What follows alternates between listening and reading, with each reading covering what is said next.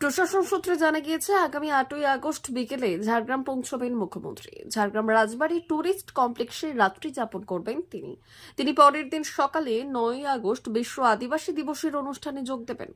ঝাড়গ্রাম জেলা তৃণমূল কংগ্রেসের সাধারণ সম্পাদক অজিত মাহাতো সোমবার দলীয় কর্মী সমর্থকদেরকে নিয়ে ঝাড়গ্রাম স্টেডিয়াম পরিদর্শন করলেন। পরিদর্শনের পর অজিত মাহাতো বললেন, বিশ্ব আদিবাসী দিবস উদযাপনের জন্য আমাদের প্রিয় মুখ্যমন্ত্রী মমতা বন্দ্যোপাধ্যায় ঝাড়গ্রাম আসছেন।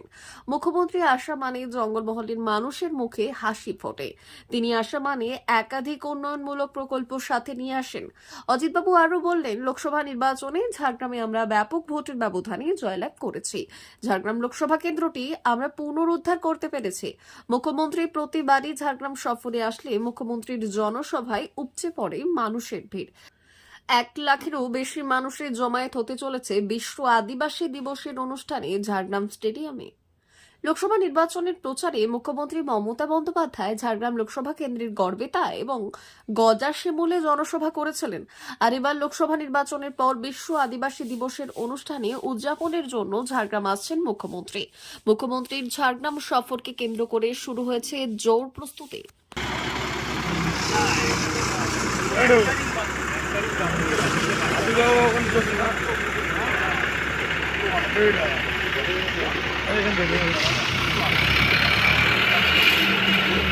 দেখুন, বিশ্ব আদিবাসী দিবস উপলক্ষে আমাদের নেত্রী, ভারতবর্ষের জননেত্রী, পশ্চিমবঙ্গের প্রিয় মুখ্যমন্ত্রী মমতা বন্দ্যোপাধ্যায় আসছেন জঙ্গলমহলে ঝাড়গ্রাম জেলাতে, এবং 8 তারিখ উনি আসছেন। 9 তারিখ এখানে আমাদের স্টেডিয়ামে আমাদের বিশ্ব আদিবাসী দিবস পালন করা হবে।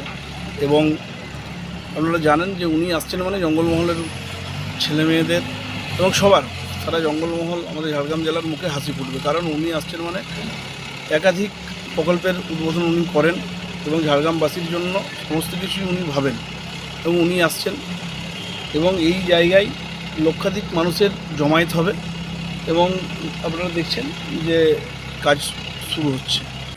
নেত্রী আসছে মানে সমস্ত দিকে সমস্ত কথাই ভাববেন, দলের বার্তা তো অবশ্যই থাকবেন, কিন্তু এটা যেহেতু সরকারি অনুষ্ঠান সেখানে তো দলের কথা উনি বলবেন না, কিন্তু মানুষের উচ্ছ্বাস, আমাদের দলীয়ভাবে এই সিট যেহেতু আমাদের হাতে ছিল না, মানুষ আমাদের আশীর্বাদ দিয়েছে, মমতা বন্দ্যোপাধ্যায়ের হাত শক্তিশালী করেছে।